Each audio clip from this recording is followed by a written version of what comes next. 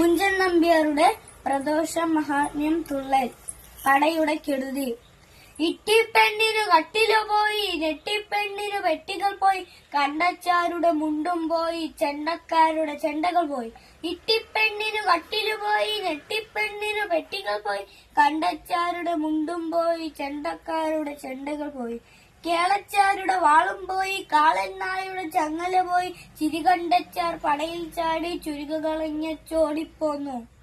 കോന്തിച്ചേട്ടന് കുന്തം പോയി, കോന്തിക്കവനുടെ കൊടുവാൾ പോയി, ചേമ്പുകിളച്ചു നടുമ്പോൾ നമ്മുടെ ചങ്ങാതിക്കൊരു തൂമ്പ പോയി.